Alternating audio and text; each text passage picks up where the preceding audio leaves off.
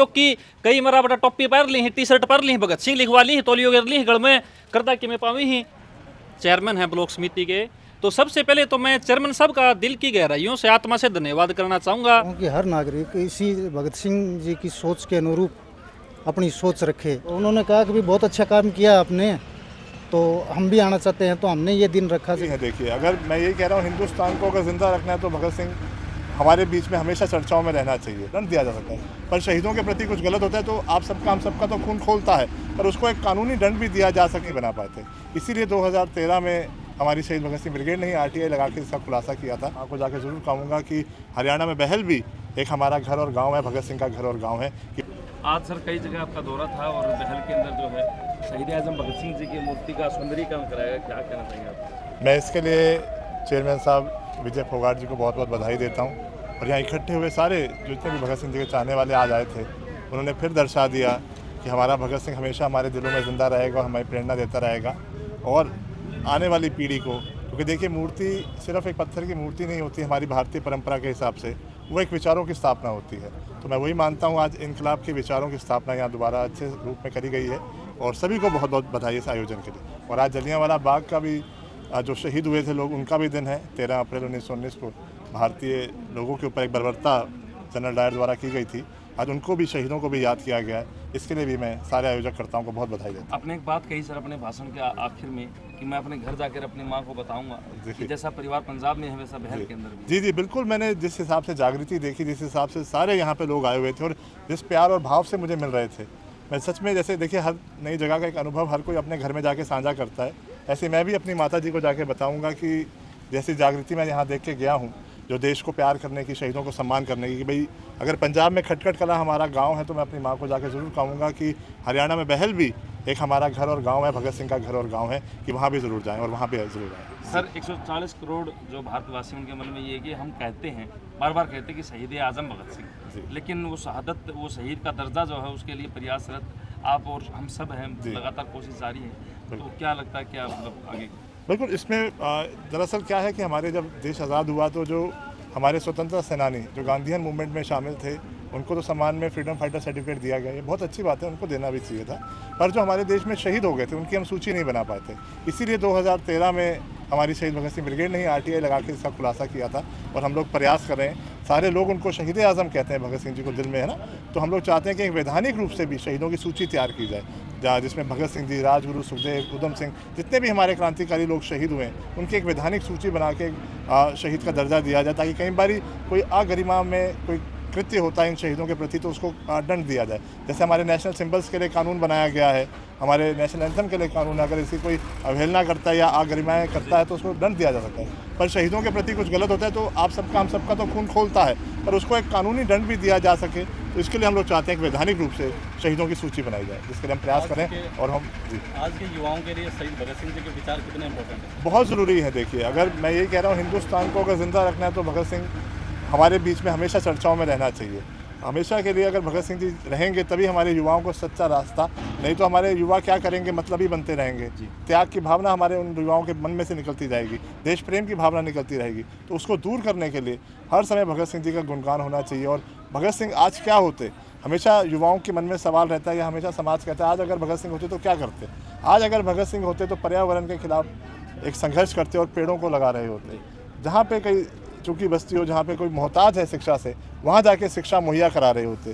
कोई डॉक्टर होता तो सही चिकित्सा देखता, कोई राजनेता होता तो वो अच्छा अपना कार्य करके अपने लोगों की सेवा कर रहा होता, कोई अधिकारी। तो इसीलिए हर चीज़ का समाधान भगत सिंह है। तो ये सब भी करके अगर हम युवा करते हैं, और ख़ास तौर पर मैं युवाओं से सबसे पहले यही कहना चाहूँगा, वो नशों का त्याग कर दें। अगर कहीं भी उनके प्रति, भगत सिंह जी के प्रति प्यार और सम्मान है, तो सबसे पहले नशों का त्याग करें। मैं एक बड़ा सवाल है सर, मैं सुनता आया हूँ बचपन से कि भगत सिंह जी नास्तिक थे। वो नास्तिक थे या वो आडंबर के खिलाफ थे? दोनों में से कौन सा, मतलब? जैसा आपने खुद ही अपने सवाल में बहुत अच्छा जवाब भी दिया कि वो आडंबर के खिलाफ थे, यानी अंधविश्वास के खिलाफ। उनका ये मानना था कि भाई लोगों में एक धारणा है कि भाई कोई अवतार आएगा जो हमें आके आज़ाद कराएगा, हमारी गुलामी की बेड़ियाँ तोड़ेगा। इसका कितना अच्छा जवाब हमें भगवत गीता में मिलता है। उन्होंने कहा, भगवान श्री कृष्ण ने, कर्म करोगे तभी फल मिलेगा। तो भगत सिंह जी का कहना यही था कि आज़ादी की लड़ाई के लिए हमें खुद आगे आना होगा। हमें त्याग और बलिदान करना होगा। ये इंतजार नहीं करना होगा कि कोई ऊपर से आएगा, हमें खुद भगवान या परमात्मा बनना होगा अपनी आज़ादी के लिए। सर, राजनीतिक पार्टी को ऑफिस में शहीद आजम भगत सिंह की मूर्ति अरविंद केजरीवाल के साथ रखी गई, क्या कहना चाहोगे आप? हाँ, उसका हुआ था जब वो जेल के अंदर थे, तो मैंने ही उसको कंडेम किया था कि जब वो भगत सिंह जी और अंबेडकर जी की फ़ोटो के बीच में केजरीवाल जी का फ़ोटो लगाया गया था, वो गलत था। देखिए, हम लोग इन महान लोगों के जैसे बन सकते हैं, है ना, एक प्रयास कर सकते हैं कि उनके रास्ते पे चलने का प्रयास करें। हम ये कहें कि हम वो बन गए हैं तो वो बहुत गलत बात होगी। तो ऐसा नहीं करना चाहिए, किसी भी राजनीतिक पार्टी को नहीं करना चाहिए। सर, हम देखते हैं कि जैसे चौक चौराहे के ऊपर जहाँ पर महान विभूतियों की मूर्तियाँ लगाई जाती हैं, कोई अंबेडकर चौक है, कोई भगत सिंह चौक है, तो वहाँ पर जब राजनीतिक पार्टी मतलब जब कोई रैली वगैरह होती है तो उस जो है बैनर लगा दिए जाते हैं, बैनर लगा दिए जाते हैं, तो क्या ऐसा करना ठीक है? नहीं, नहीं करना चाहिए। वो तो एक राष्ट्र की संपत्ति है, उनके हाथ में तिरंगा दिया जाए यही अच्छा लगता है। तो किसी पार्टी विशेष के तो वो लोग थे नहीं, उनका बलिदान सबके लिए था। तो इस तरह से नहीं करना चाहिए। मैं कहूँगा बचना चाहिए राजनेताओं को या पॉलिटिकल पार्टियों को। चेयरमैन साहब, जो है आज इतना बढ़िया प्रोग्राम जो है पहल के अंदर किया गया है, बीजेपी ऑफिस के अंदर किया गया है, थोड़ा बताएं। हाँ, शहीद भगत सिंह की मूर्ति लगाई गई थी काफ़ी साल पहले।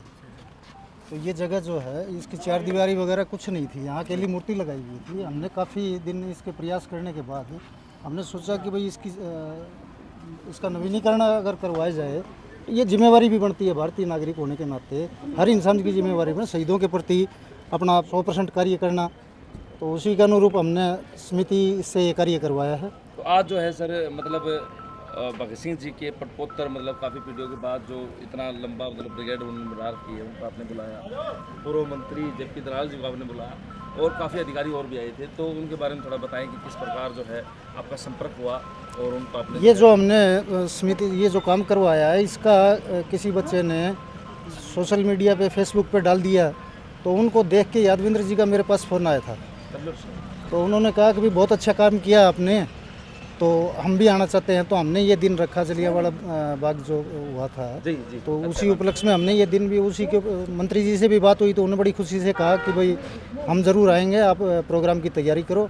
तो एक विशेष दिन भी था।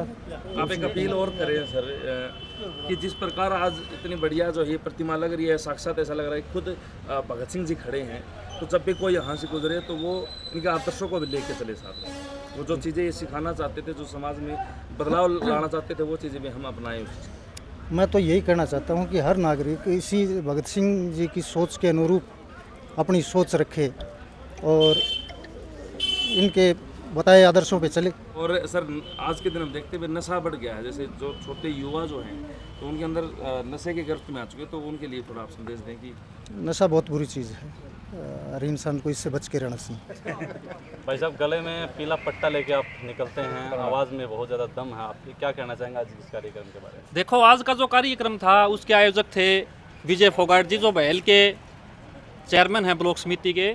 तो सबसे पहले तो मैं चेयरमैन साहब का दिल की गहराइयों से आत्मा से धन्यवाद करना चाहूँगा, जिसने इस क्षेत्र में एक अनोखा कार्यक्रम किया है।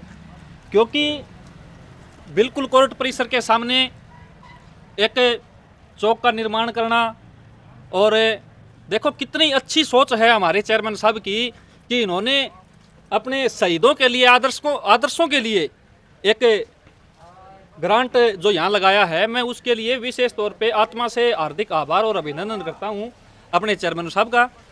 और इसके साथ साथ आज यहाँ जो हमारा भाईचारा इकट्ठा हुआ है, उनको प्रेरणा भी मिली है।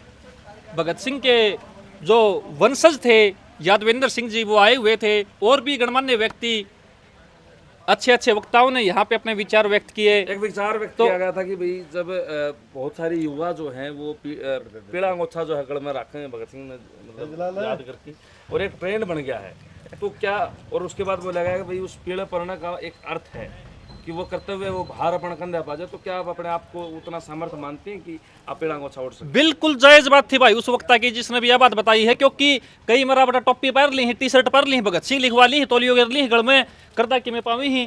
तो इस तरह की मान लीजिए, जिस तरह कई असामाजिक तत्व भी इस तरह काम करने लग रहे हैं जो बहुत ही निंदनीय है, गलत है। उन्हें भगत सिंह का मतलब का ही नहीं बेरा यार। भगत सिंह का मतलब है तपस्या, भगत सिंह का मतलब है त्याग, भगत सिंह का मतलब है समर्पण।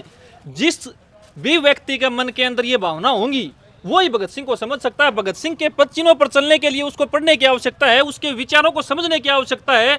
भगत सिंह ने जेल के अंदर जो पुस्तकें लिखी थी, जो बाहर रह करके जो संघर्ष किया था, एक भाईचारे की जो मिसाल बनाया था, इन सारी चीज़ों को एक समझने की आवश्यकता है। और जो इन चीज़ों को समझ सकता है और जो उसके रास्ते पर चल सकता है, वो ही उनके भाई जो पीला तौलिया मान लो, चाहे टी शर्ट मान लो, टोपी मान लो, कोई भी मान लो जो चीज़ है, वह उसने पहननी ओढ़नी चाहिए। मैं तो यही बताना चाहूँगा भाई समाज के युवाओं ने।